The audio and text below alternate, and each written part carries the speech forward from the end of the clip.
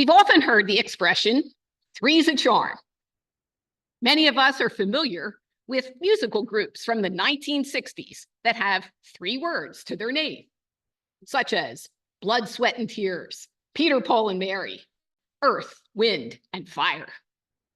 And of course, in our faith life for many years, we heard God referred to as Father, Son, and Holy Spirit.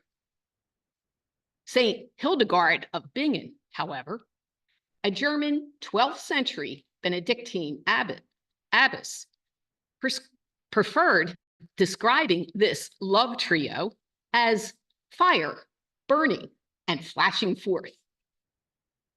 When Eileen, Kathy, and I begin our Sunday liturgies with the sign of the cross, we each use different words to invite us into the indescribable one. Whether we're talking about musical groups or the ineffable God, the names we use, although important, only offer us a glimpse of who they are or what they're about. On this Trinity Sunday, the gospel reminds us that the Spirit of Jesus will always be with us. Confident that Spirit is permeating our gathering, I invite us for the next few minutes into a deepening awareness of the divine mystery, the one who is beyond all names. As we begin, I believe it's important to keep 2 things in mind. First, we experience God, the divine, in relationship with other people, with ourselves, with our animal friends, with nature, and with all creation. There are no limits to the relational ways that we can experience the ineffable one, only inexhaustible possibilities. Second, I am keenly aware that each one here is spiritually mature and has been on their own interesting and unique journey for a long time. So this is purely a reminder that there are times when the images or words that we have been using to describe our spirituality no longer fit, or the prayer life that was meaningful needs to evolve. Our relationship with the divine mystery is an ongoing adventure, and sometimes a loss, a struggle, or a growing realization can create a shift and brings us to a different place. When that happens, it's important that we ride that wave and be open to new possibilities. Knowing that we experience God in relationship and that it is an ever-evolving journey, I would like to share 2 examples that immerse us in the holy mystery within and among us. The first is something that happened during a priestly ordination a few weeks ago. There are several parts to the rite of ordination. Some are spoken, such as the presentation of the candidates, when the presenters share how they experience the candidates being called to priesthood through their relationship with God, God's people, and creation. Other parts are sung, such as when we invoke the Holy Spirit through singing Veni Sancte Spiritus, or when we sing the Litany of Saints and are embraced by the spirit of women and men that lived through the centuries. During these experiences, I felt a heightened awareness of the divine permeating the gathering. Yet it was the laying on of hands that followed that was most moving. Before the bishop even laid hands, we dropped into a profound and deep silence that became increasingly deeper as she and the people in the community laid hands on these women. A pulsating silence enveloped the entire gathering.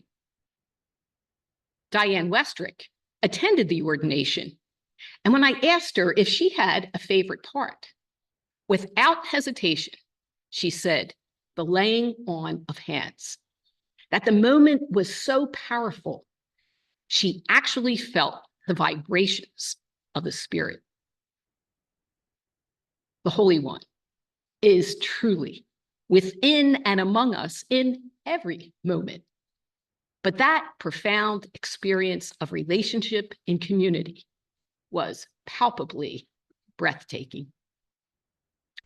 Although I just put words to it, I believe in this case, a deep silence of listening best expresses this experience of the indescribable one. The second example is an experience of God following the NCAA Women's Basketball Championship game in April, when the University of South Carolina played the University of Iowa.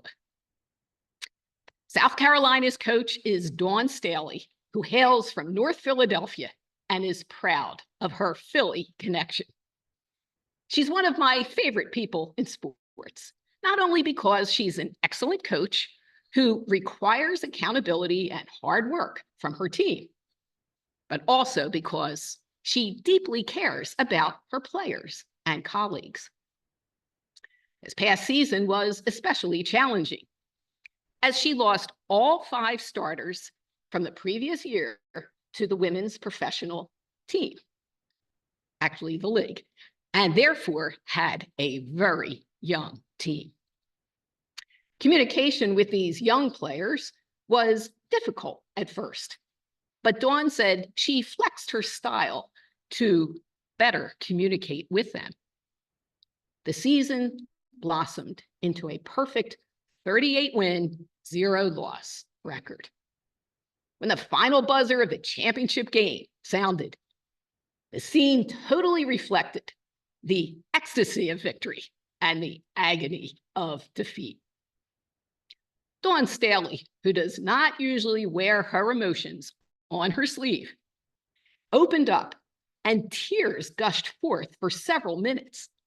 It was a moment to behold, one where her joy and love for the players opened her heart completely.